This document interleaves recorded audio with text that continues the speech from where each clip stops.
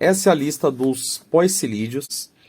A família dos poecilídeos é uma família diferenciada e muito prolífera, né? Que ela serve como cadeia alimentar, base da cadeia alimentar, assim, para muitos peixes. Ela acaba parindo os filhotes já vivos e nadantes. Em média, eu já vi falando aí que uma fêmea coloca entre 40, alguns falam 30 também, são vários que você vai ver, até cheguei a ver e ler, não sei se é verdade, 150 filhotes. Isso acontece em média de a cada 20 dias, a cada 40 dias, é mais ou menos essa ideia. Os próprios pais acabam comendo as crias, não, então eles acaba parindo e esses filhotes vão se escondendo aí que acabam servindo como base alimentar assim para vários peixes, tá? Então, esses daqui serão os reprodutores do lago. Então, no meu laguinho tem vários deles, eu deixei crescer as plantas do meu lago e quanto mais planta, mais esconderijo tem, maior a taxa de sobrevivência desses peixes, né? Por isso, a ideia de colocar um predador para controlá-los. O plat, que é um dos primeiros da família dos poecilídeos, simplesmente é um peixe bem colorido. Você tem uma variação gigantesca desse peixe aqui. Eu falei mais ou menos assim como é que todos vão funcionar praticamente da mesma forma, a reprodução deles. O macho geralmente tem isso daqui, ó. É meio retinha essa cauda aqui de baixo. E a fêmea, essa cauda aqui, ela é triangular, tá? É um triângulozinho aqui embaixo. Então dá pra você diferenciar os machos das fêmeas, certo?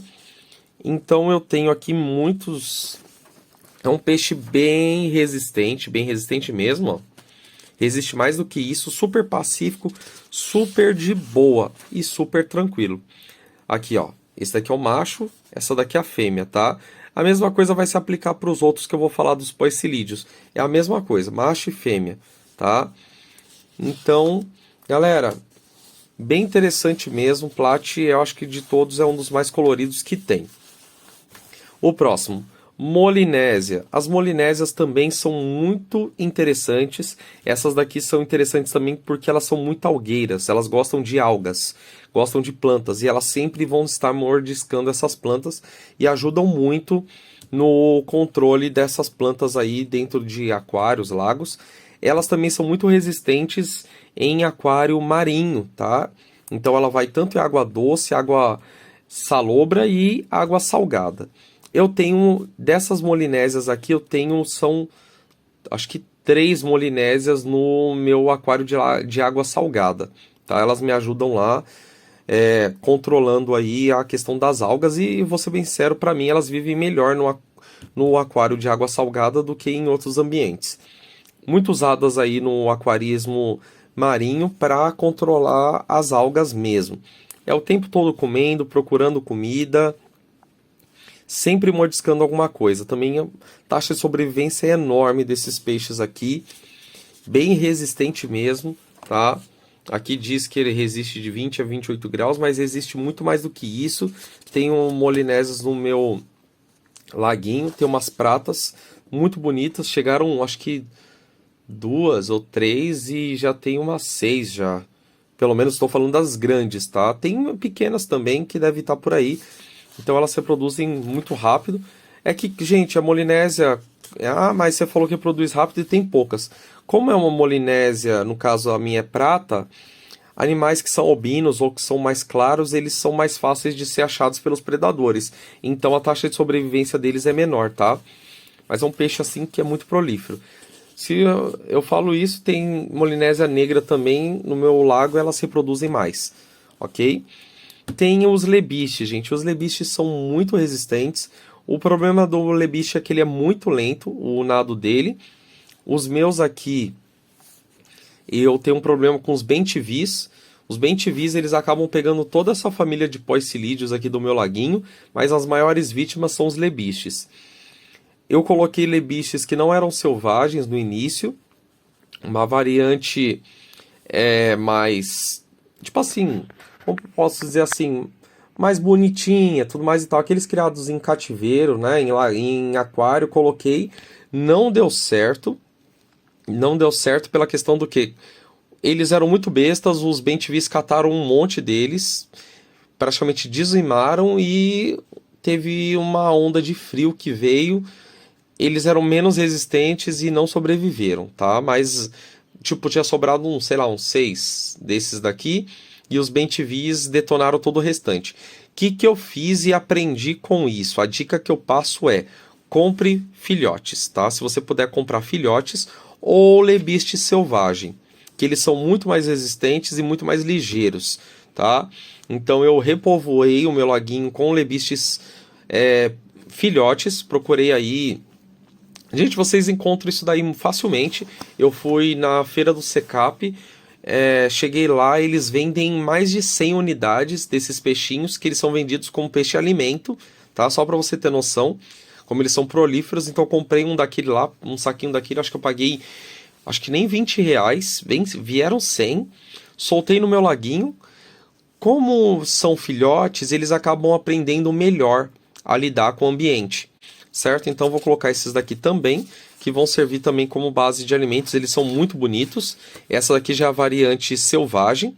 Os machos são os mais bonitos, com as caudas mais bonitas, tá? As fêmeas já são mais sem graça. Então, outra regra que tem dos pós-cilídeos que eu esqueci de falar é, no mínimo, um macho para 3, 4 fêmeas. Se você colocar um macho para cada fêmea, o macho é chato pra cacete, ele vai ficar enchendo o saco da fêmea e aí acaba matando ela por exaustão, por insistência, tá? Então, um macho para cada 3 fêmeas. Ele é mais resistente do que os outros aqui das famílias que eu falei para vocês. Esse é o peixe-espada, o espadinha, tá? Não é o peixe-espada daquele marinho. O espadinha, a diferença, ele parece um plati, só que a diferença é essa cauda dele aqui, ó.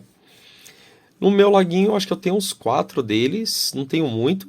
Eu comprei que eles eram mais bonitos e acabei colocando, como eles são muito parecidos com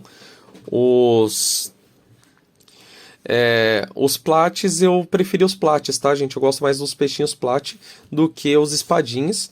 Peguei os que eu tenho, peguei mais pela coloração deles, que era muito bonita, muito diferenciada, tá? Mais comum de todos, esse espada laranja aqui. Eles são muito resistentes.